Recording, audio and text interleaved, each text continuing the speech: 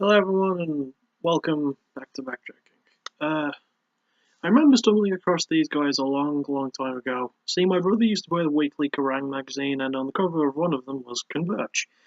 I never really listened to them at the time, which is a shame since the article about them was actually quite interesting. It's one of the few of the magazines we had that I remember reading in full, even if I don't remember a whole lot about it. It's basically the band talking about how punk rock could be an art form, how their style of music specifically, because it's not just punk, could be an art form. And I found that inspired, really. But as a band, I guess that I wasn't interested in their style of music at the time. Teenage me was a dumbass, and 24-year-old me isn't any but better, granted, but still. Anyway, Converge, using a mix of metalcore, mathcore, and hardcore punk, they've made a name for themselves, even if it did take them a while at first. I'll get this out of the way. The only album that I listened to before listening and writing for this episode was their 2012 album, All We Love We Leave Behind, which is the last one they've released, and they have rumours of something coming out this year, which is cool. Anyway, now that that's out of the way, let's get this on like Donkey Kong. This is Backtracking, and this time it's Converge. I'll see you way down the bottom, which will also be tomorrow, since this is a two-part episode. Let's just do this. We start with their debut album, Halo in a Haystack, released in 1994 through Earthmaker and Stolnak Records, the only one to be released on those labels specifically. I couldn't find anything on the production, so I'm just going to credit that to the band themselves, which is kind of appropriate considering that Kurt Ballard does become the actual producer later on. We'll get to that when we get to it. The only other information that I could find out was that there was a session musician named Eric Ralston, and the artwork and design duo of John Murray and Troy McCarthy did the cover art, along with Jake Bannon helping. Also, another thing to credit to the band was that lead vocalist Jake Bannon, who I mentioned a few months ago, saved up money from his job at working at a nursing home to fund the making of the release, which I think is pretty cool. And it's kind of a foreshadowing thing because, as anyone knows about the band, their later releases get a hell of a lot more expensive. But we'll get to that when we get to it. The album sound is kind of all over the place. I don't mind the raw production, and the band were very young at the time, but it's hard to keep track, no pun intended, of what's going on occasion. Considering that the album is only 36 minutes long, it often feels longer because of how confusing it can be. Or it was for me at least. Then again, mathcore can be confusing to follow in general, and early 90s mathcore is more confusing than the plotline of a spy movie directed by Christopher Nolan. In fact, I'm sure he's done spy movies with more coherency. Anyway, the band members themselves perform decently, to be honest, with Jake's lyrics going into deep personal subjects about religion, faith, and environmentalism. Kind of three of the things he goes on about. His vocals bring that across very well, as manic as they sounded amongst the jumpy instrumental work from time to time. Kurt Ballou makes some great recesses as Aaron Dahlbeck. Jeff Feinberg makes a decent bassist, and the drumming of Damon Bilardo isn't anything to sneeze at either. From the album, it's easy to hear how the band wanted to sound, but they couldn't quite get it right, in my opinion. What results is an okay debut, I feel. Not bad, but not the best I've heard. As I said, they haven't found the right groove just yet. It was their first album, they were young. Yeah. Standout songs include I Abstain, 2-Day Romance, Fact Leave Us Ghost, and my favourite, In Exile, which is the most coherent track on the record, to be honest. In short, Halo in a Haystack is not terrible. First-time listeners can get lost and confused by the goings-on. That went double for me. I will give the band a pass, though. As I said, it was their debut and they were just getting started. Listen to it if you wish, and good luck following it the first time. It's not going to be easy. Next up is their second album, Petitioning the Empty Sky. Originally released in 1996, this album has had so many re-releases and mixers and engineers and producers and so on. So I wound up listening to the 2005 remaster released through Equal Vision, which I'm crediting as the label because that was what it was when they remastered it and re-released it. The original was released through Ferret Records though, so that's worth pointing out. Sadly, Ferret Records is not run by an actual ferret, which kind of sucks. Producer Brian McTernan does a really good job, to be honest. The album still has that raw feeling, but goodness is it much easier to follow than Halo in a Haystack was. Also, thanks to the re-release, the album is technically the band's longest at 47 minutes. Exactly. Now, while the album itself is considered by the band as a compilation album, it is mostly considered a studio album by most people, which makes it more than eligible for this episode, so I'm counting that. Aaron Dahlbeck appears on almost all the tracks, but only the other four members appear on each one in the re-release. It can get confusing as heck to follow because of that, but thankfully the album itself is a lot easier to keep track of than their debut. Jake's vocals have expanded, including a very rangy, clean vocal or two here and there. proving his versatility as a vocalist and as a songwriter, but the band's signature chaotic sound and thrash influences still remain, obviously.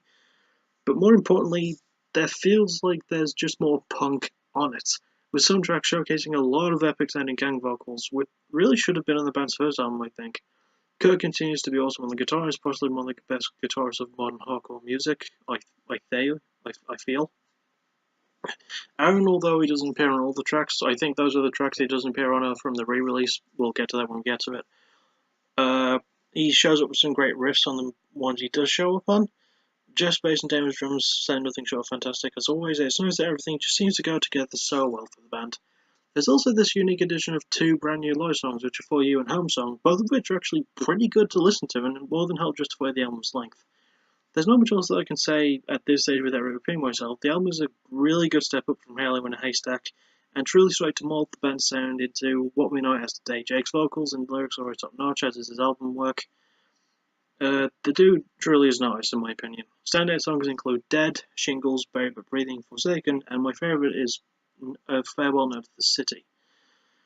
For those who got confused easily by Halo in a Haystack, like me, Petitioning the Empty Sky is a massive leap forward, easier to follow, better produced, and just all around sounding better than their debut. I highly recommend this one.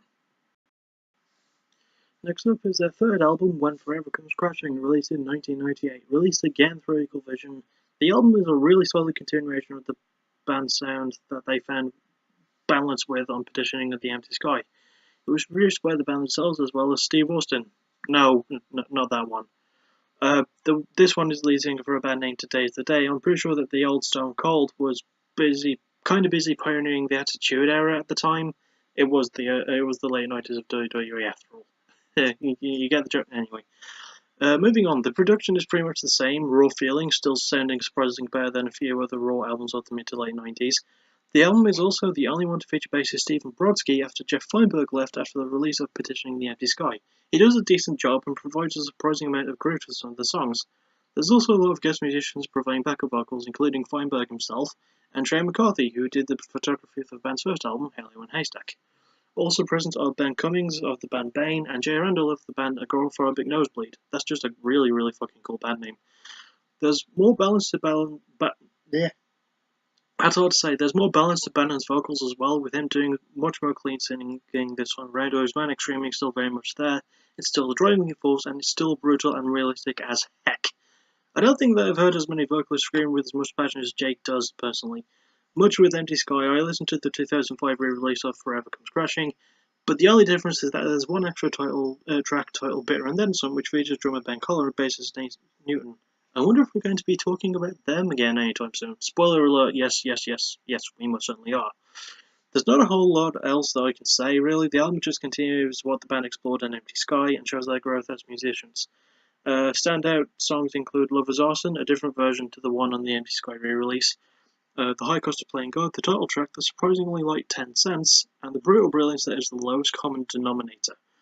It throws the band's sound back to their debut, but it's just such a fresh change for them, and it's just so much fun to listen to and try to keep up with. Everything that you liked about Empty Sky is just expanded even further on Forever Comes Crashing. It's definitely worth a couple of plays. And next we reach their fourth album, Jane Doe, released in 2001. Equal Vision is the label once more, with this being the last one to be released on Equal Vision, by the way. And this time it was produced by Converge's guitarist Kurt Ballou, the first one to do production one of Converge's albums, and a dude named Andy Hong. It's also the first to feature current bassist Nate Newton and drummer Ben Collar. See, I told you we'd be ringing them up again soon. It's also the last to feature rhythm guitarist Aaron Dalbeck. It's also the album that pretty much put the band on the map as we know them today. Way better production could have something to do with that, but the main attraction for me, and the main reason that I wanted to do this episode in the first place, is the cover art. It is just beautiful, and pretty much became the band's logo upon release. Jacob Adams himself made it from collages of media, spray, and paint and ink to make what is essentially the band's logo now. It's their symbol. It's an icon of hardcore punk. The best part is that it's Bannon's own design, and it just makes the album even more iconic, and it seems one of the best punk albums ever, and called by many critics to be one of the best albums of the 2000s. I have to agree personally. Adding elements of mathcore didn't hurt. Yes, this is the first album in which they explore that, as this is the band's first case of experimenting with the genre. It works out very well for them. The songs just seem to have so much more structure to them, despite it being mathcore, and it actually works out very well for them. And because of that, it's easier to keep track of things. The lyrics are beautifully poetic, and they give the non-concept album a concept.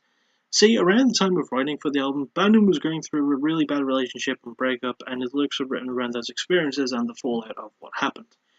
In a way, it does kind of tell a story almost from the perspective of a man watching the woman that he loves lose everything and burn, and he winds up also losing and burning because of that.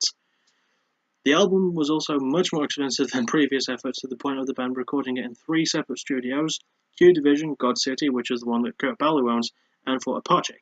Even with how crazy that sounds, everything is just perfect. Kurt and Aaron give great performances on the guitar.